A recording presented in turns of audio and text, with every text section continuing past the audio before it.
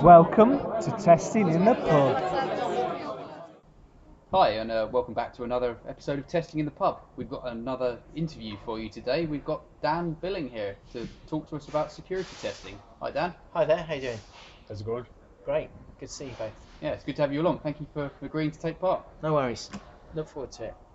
Dan, tell us a little bit about yourself, about your experiences, and you're now speaking. You're travelling out to Estonia. You've just been to Romania. Yes. So tell us about. Yeah, I have.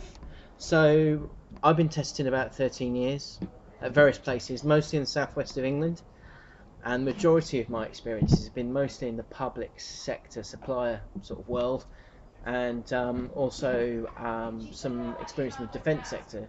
But I've also done various other bits and pieces. But most of my work's been sort of Bristol area. But as I found my career developing, I found that I needed to get out of that kind of little bubble, and it's eventually led me to work at New Voice Media in Basingstoke, which is a fabulous place to work. I've been there 6 months as a contractor, but permanent since January, and it's an amazing place.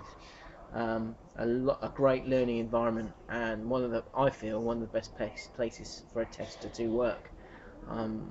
I know you guys have heard a little bit about it from other people, but from my point of view, that organisation's given me a great platform to build newfound skills, but also the confidence that I've got to go and do speaking.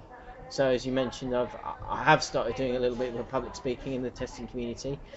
So initially it was just local meetups, so Bristol Testers Meetup, which I help sometimes organise with Anna Back and Andrew Morton, who are both testers in Bristol. And also I attend a Bath Scrum Users Meetup, so I done little bits there sometimes. Been a while since I've been there. But I've also spoken at the Sheffield Tester Gathering. I was invited up there by Steve Blower. Stephen, sorry Stephen. Don't call him Steve. He doesn't like Very it. much definitely a Stephen. Yes, indeed. I get confused sometimes. I'm kind of either. You're not bothered, are you? Yeah, I'm not bothered, but yeah. Sorry, Stephen. Sorry, Stephen. He was very kindly invited me up there, so that was the first time I gave this talk to people I didn't know from Adam, and that was a really good experience for me.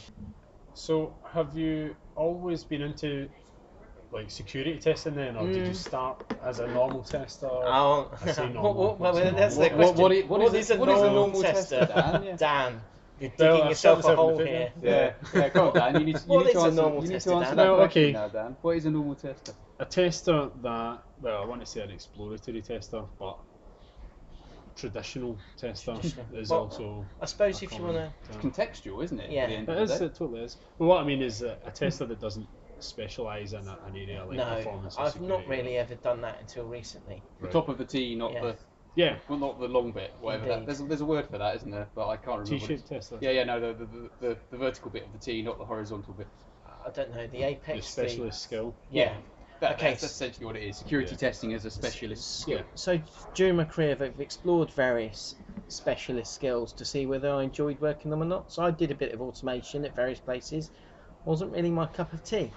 I can see the benefit of it, but it wasn't really something I enjoyed. And I started getting into security around 2008-9 when I worked for a public sector organisation in Bristol, and they were supplying software to police forces and various other criminal investigation organisations in the UK. So a lot of the work I was doing was,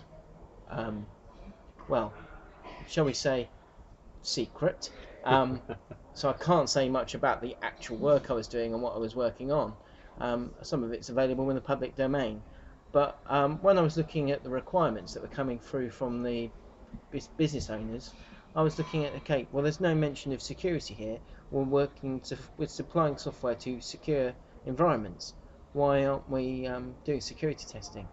And that left me with a few concerns that we weren't actually sort of doing any security testing. And when I brought that up with manager, and they said, well, it's a good thing that you thought of that because it needs to be done, but it's kind of out of our scope. We only worry about whether it's actually working or not whether you know, I'd argue that if it's not secure, it's not working.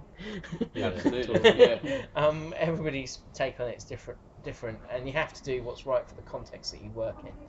I mean, I came in here today, and you've got a desk and then another desk, and you know, people ask me who I am, and I have a pass to come in, and I swipe, and it's the same when you go into any building, and you have the appropriate level of security for the sort of organisation you work at, and it's the same with software development. Yeah, cool. So you know, you put the checks and balances in that suit your organisation, suit the profile of your organisation, suit the level of investment you kind of put into it, and the sorts of data that you hold within that system. So Net-a-Porter, you're a retail environment, so you sell stuff, clothes, and beauty products, that kind of thing. So you're doing transactions, payment transactions, taking people's credit card information, personal data. That's got to be kept secure somehow, presumably. And that can be done via a number of interfaces. It could be a mobile interface, it could be a laptop or a computer or a tablet of any kind. So, you know, those kinds of things have to be, you've got to consider what are the risks to your business if you don't do security testing. And whether it's you internally doing it or whether it's a third party you buy in at the end of the cycle, that's really up to the people that spend the money. Yeah, I mean, is there a better solution there? I mean, who should do it? Well, in your opinion, I'd argue that if you're a professional tester and you consider yourself to be a good professional tester, then you should include some aspect of security within your testing as part of the story that you're producing. Now, I like to consider myself a context-driven tester. There's a lot of argument about what makes you a context-driven tester or not, but the context of my work is making sure that it's secure. So I have to include security testing in my exploratory tests, and I do scans periodically when we do releases or whatever. It's important that the work that you do is based in the context of the business that you work in, and people who aren't doing security testing, organisations that aren't doing it or having other people do it for them, they're leaving themselves open for potentially, and the risks are here, you know, open in plain sight. Risks are loss of reputation, ultimate loss of revenue potentially, and ultimately, if you lose enough revenue, loss of business. And if you work in a secure environment, say a defence sector business, potentially loss of life. And that's a scary prospect. And I'm not kidding around here. You know, if I was watching it. Okay, I love my TV shows and movies. I was watching an episode of the new series of 24 the other night. Are you aware of that show? Yeah, well, 24. Yeah. Okay. So the premise of this story is that a drone operator, while he was operating the drone, his drone session, in inverted commas, was hacked by someone else, and they directed the drone to fire on friendly troops, so American and British troops. So that's a TV show, but you can see where I'm coming from here. And that's an extreme case, and it's in the TV show, but you know, and they play that up for the heightened reality that it's supposed to be. But you know, potentially, let's think about it. If you could hijack a drone, and if you're the sort of person that wanted to do that, then you know, it's something you really need to consider. That they would test that to the nth degree. Yeah, there was another TV program as well. Actually, can't remember what it was called, but it was a medical device that was in. It was a heart monitor. Yeah, potentially loss of life. Yep. Okay. So in that sense, then, what is security testing? Because there's so many different kinds. You hear about pen testers that come in and test networks. I don't call myself a penetration tester. I don't call myself a security tester. I have to be absolutely clear here. I'm a tester that does security testing. Right. Okay. I include that in my repertoire of other skills that I've got. Right. So you know, it's one string to my bow, and that bow might be this big or it might be that big, but no, it's important that I think testers, wherever you are, just sort of include that within your set of core skills that you learn some security testing. From my point of view, security testing is exercising your application under test with the security of the data within it and the people that use it in focus during that testing. Right. So you may not be testing necessarily the authentication method for logging in, for example, but you might be testing something else which then exposes a security risk, and that's still Okay. security testing. Yeah. Do you remember a few years ago when we had single tab browsers? Yep. Okay, so about 2004, 5, 6, and then around Was it that long ago? yeah, about 10 years ago.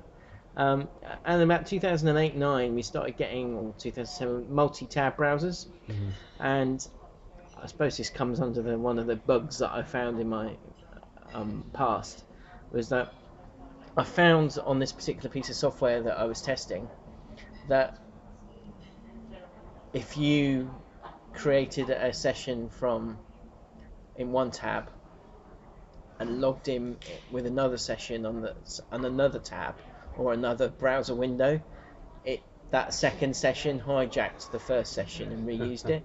And now that in itself is an example of cross-site request forgery. Yeah. We can talk a little bit about that later, but if you're going to approach security testing, one of the things you're got to think about is, again, depending on your context, if you're a mobile tester or if you're a web tester or whatever other software you test on, look at the OWASP Top 10. OWASP Top 10, OWASP is the Open Web Application Security Project. They collate a list of the top 10 vulnerabilities to web applications, and they do the same for mobile platforms as well. Yeah. And they've got a wide range of other information out there for you to go and read, security testers to go and read. Well, sorry, potential security testers or potential testers to go out and read. Yeah. And use in their day-to-day testing. So if I was going to say test a new field on a new login form, username, password, whatever else, and a button. Okay, so you've got your standard set of tests, like, does it accept weird characters, boundaries, all that kind of stuff. And we could go down, create charters, list longs, that. But if you're not including, simple security checks as well. Okay, so can you insert script into those fields and execute it? If you can execute the script from inserting it into those fields, then those fields are vulnerable. Mhm. If you can insert SQL or other injection value, other values you might want to inject in there, and you can affect the database, underlying database, from doing that injection, then those forms are insecure. Yeah. So I would say, incorporating small changes like that into your day-to-day testing are a good way of incorporating security testing into your strategy. So with learning then, because you touched on the WASP website Yeah, there, I did. really like the WASP website. It's a great place to learn about the threats and the vulnerabilities. But it doesn't really teach you much about test strategy for No. security. Well, it does have a testing guidelines, but Yep. it's quite meaty and chunky. Yeah, I've noticed. It's a good sort of 30, 40 pages. I tried to decompose that document once, and I found it very hard to do. And I think it has to go back to what is right for the context that you're in. So I work in an organisation that deals with contact centres. We build online contact centres for our clients, and those clients use that to manage telephony, so calls coming inbound and outbound from their systems, and potentially emails and connectivity to third-party systems like Salesforce. So we're potentially capturing personal information about customers on our calls, potentially payment information, and all that kind of thing, so credit cards. And it's important that all that information is secure. So whilst I can't go into any detail about the technical side of it, Yeah, of I course. can give you sort of high level idea of what we do. So let's say I'm testing, like I said, a new form. I create a charter with information about a testing charter about that form. I then try and get as many security scenarios into that cover the OWASP Top 10. Now that makes it quite a broad range of tests there, Yeah. because the OWASP Top 10 covers everything from SQL injection through to redirects and forwards. You talk about the OWASP top vulnerabilities, Yep. but yet we've spoke about risks, Yes. threats as well. What's the difference Okay. between each? So risks are essentially, as I mentioned earlier, the risks to your business or an individual. Loss of life, loss of reputation, loss of money, loss of revenue. Yep. Those are the kind of the risks, the high level risks. And the threats that might generate those risks, you can define them using a model called STRIDE. That was introduced to me by Bill Matthews. I didn't know about it before, and he put me onto this threat model. And I attended a course with Bill in March, just before Test Bash 3, and he talked about the STRIDE model, and he actually mentioned this to me last year as well. But the STRIDE model came up with by Microsoft, and they use this to define the threats to organisations and business systems. And essentially, it's a mnemonic for remembering what the threats are to your organisation. So it starts with the first one is spoofing identity. So that's essentially someone illegally accessing another user's authentication information. So stealing your username and password to get access to it. Okay. And that's a very real risk, and that happens quite a lot. And you'll find that for example, celebrities' Twitter accounts getting hacked quite often. It's usually a password hack that causes that because their password's not secure enough. So that can be anything from brute forcing to shoulder stuffing. Really. Yeah. Social engineering is a good way. Right. So, for example, if you had your Facebook profile open to the world, and I found out you liked, collecting stamps, then I might be able to guess that your password is philately123 or whatever password is, And if you looked on mine, you'd know that I like science fiction, so you might be able to guess my password is TARDIS1 or something like that. So, it isn't. Please don't try and log in with my systems. But those are the kinds of things that allow hackers to access your data by using social engineering or spoofing, essentially, to pretend to be you on an online system. Yeah. And the other threat is tampering with data. Now, the data that belongs to an organisation is their key asset, I think. So if your data's not safe, your business isn't safe. If you can't protect the assets of your organisation, if you're a large organisation that collects information about their customers, which I'm sure you do, the business, the profiles of those people, their ages, their genders, where they live, who orders from you. Same with any other organisation or business. Yeah. Plus their credit card information, who their friends and relatives are. If you collect any of that, what their shoe size is, that's all information that can be then sold on by cyber criminals to gain profit. Yeah. It's a scary prospect. And what you can do is you can either steal that data or modify it so it does something it shouldn't do. Defacing websites and other systems is quite popular with a lot of the hacker groups out there that maliciously defaces websites, and a lot of it's down to malicious data tampering. So there's a lot of hacker groups out there. Some are state sponsored, some are kind of white knights who think they're doing it for the good of all people, and others are just plain nasty and want to make money, and others are like us who want to protect the systems that they work with and support their users. So probably the most complicated threat is repudiation. So repudiation is where something has happened on, let's say, your bank account. So someone has transferred money from one account to another out of your account. Now, you cannot, if they, for example, deleted the audit trail relating to that transaction, you can then not prove that it wasn't you that did it. Right. Do you see what I mean? Yeah. And your bank will charge you if you go into the black, or you say, "Oh, that wasn't my money. Why did that go out?" Equally, you could use that to then deny that you sent any money at all. And that's repudiation. Or the reverse of that would be non-repudiation, is protecting against that particular threat. Right. Okay. So it's probably the most esoteric of all the Stride threats, Right. but it's also the one that could potentially have a real world impact to individuals. Your bank account's really important to you. It's where you store your money. It's where you get, if you can't get money out because it's been stolen from you, how are you going to prove it wasn't you if there's no audit trail? So what a lot of That's the same with any information as yeah, well. indeed, so. yeah. And it's why we capture audit trails in our systems, so you know Yeah. who's done what to a system. And log files. Yeah, log files are a perfect place to go and look for that kind of data. Information disclosure is another big threat.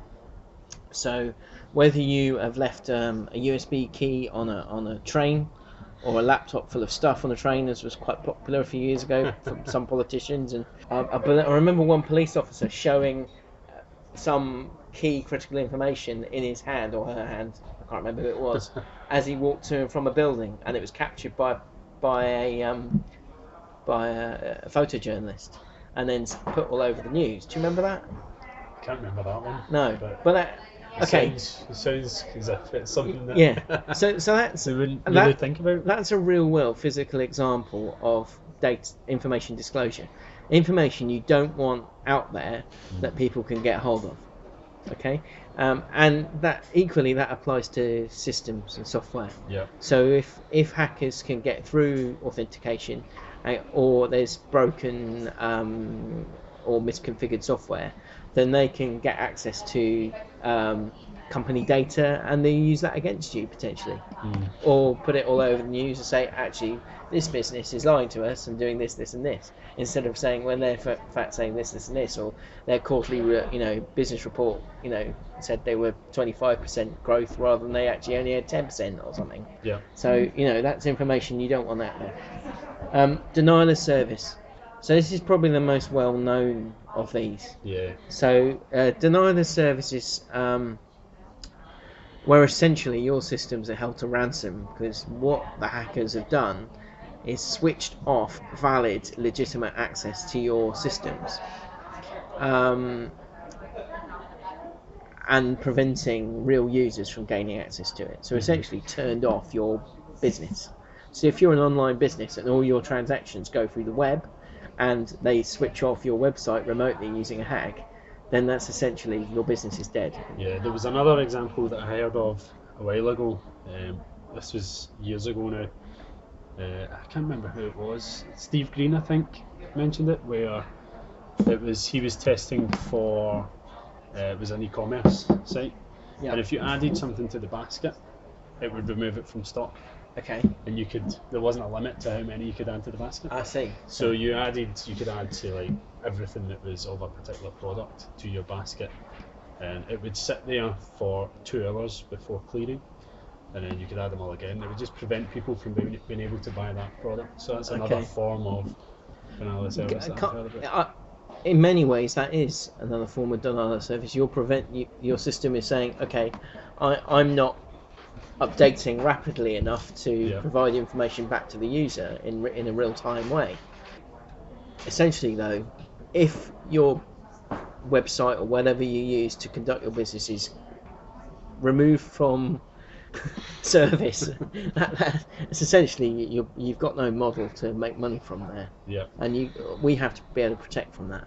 And there's all sorts of things that hackers can do to instigate a denial of service. Sometimes it's switching off a flag in a database, and sometimes it's throwing lots of traffic to make it come down due to performance hits. Yeah. So this is where a DevOps culture can work well together to try and remove some of these threats, or at least mitigate them. Mm-hmm. Because if your security people and your performance people and your ops people and your developers and your testers aren't talking to each other, then there's no kind of sort of logical thought going on with regards to how they protect their assets. Yeah. So the last one, and it's a little bit more complicated, is where, let's say for example, you're a user on a system, but you can then escalate your access, so you have super admin rights. That's called elevation of privilege, or escalation of privilege, some people call it. Right. So it's basically giving yourself access through whatever means to areas of the system that you shouldn't have access to, and ultimately you could potentially have access to the entire system and take it down from within. So, So, it looked yeah, like an it's- inside job, Yeah. if you know what I mean. So it looks like it's different access privileges, Indeed. and it's been abused, I guess. Indeed. So if a user level, so it's basic login. So Yeah. I don't know what you have on your systems, but you might have a standard user that is able to log in and do a thing. Then you might have someone slightly above them who creates user logins Yeah. and sets up profiles and permissions and things like that. And above them, you've probably got a super user who can do everything in the system. So does that mean that some of these threats kind of overlap, like spoofing Yeah. might overlap with Yeah. that one? Yes, it probably would. Certainly would, and it will also link with things like tampering with data. Yeah. So you might want to change the password of someone with super user privileges, and change the username from their username to one that's easy for you to use. Yeah. So it's quite, and they would have no record of that until something went wrong, like a denial of service, taking the system down. So they do link together. And then, for example, we mentioned repudiation earlier. If that's someone who'd escalated their privilege to get supervisor access, then deleted all the audit trails and the logs from the system, you then have no evidence that a transaction went awry somewhere. So all of these threats, they come together to make a whole sort of gamut of stuff that you have to build into your test strategy. So I can't tell one business from another what they should do, because it's going to be up to their business how they approach it, and they might buy in an external contractors, for example, or a pen testing specialist to come in and do the work for them, either locally or remotely, or they might just have some testers in their own business that does some. But if you're working in an organisation that has to remain compliant with certain laws, then you're going to have a team that does this, and they're accredited. And this is when we get into the whole certification argument, and this is maybe a separate discussion. So there's a lot of discussion at the moment in the testing community: is certification useful, or is it add value? And I'm saying probably the one place where it does add value is probably security. Yeah, I would agree. With that. Banks won't take you on as a security or pen tester unless you've already got it. If you're working in a secure organisation like the government, or one of their secret organisations that work within the government, and then you'll need to have a penetration testing certification to do testing there, and that kind of testing. Yeah. They won't even consider your application if you haven't got it. So, or if you learn it from going up within the chain that way while you're there. I couldn't comment on any of those organisations, however. So I have had security clearance. It's quite hard to get, and I didn't do security testing there, so I just didn't. I was the same, and although I was trying to get them to do security testing, Yeah. I didn't really know what to do. I knew tools, proxy tools, things like that. You could proxy tools. We'll talk about those later. Yeah. But then you can do simple things like editing the URL. URL in a web page, which is if you can do that in an application, that's a hole that just shouldn't be there. Classic bug that I've seen was in a hotel and connecting to their Wi-Fi, and I think they charged €10 for Wi-Fi over the stay. Yeah. And that price was in the URL. Yeah, so you can Dropping modify it that down to to make zero. zero. I wish I'd put a negative number in. Maybe it would have credited my account. It might have done, yeah. Although that is a security bug. It is. But back in the bad old days, people didn't. For a long time, it took a lot of time to realise actually we should be able to modify that in the header. That's a good point to break for the end of part 1 of this interview with Dan Billing about security testing. We'll be back with part 2 very soon.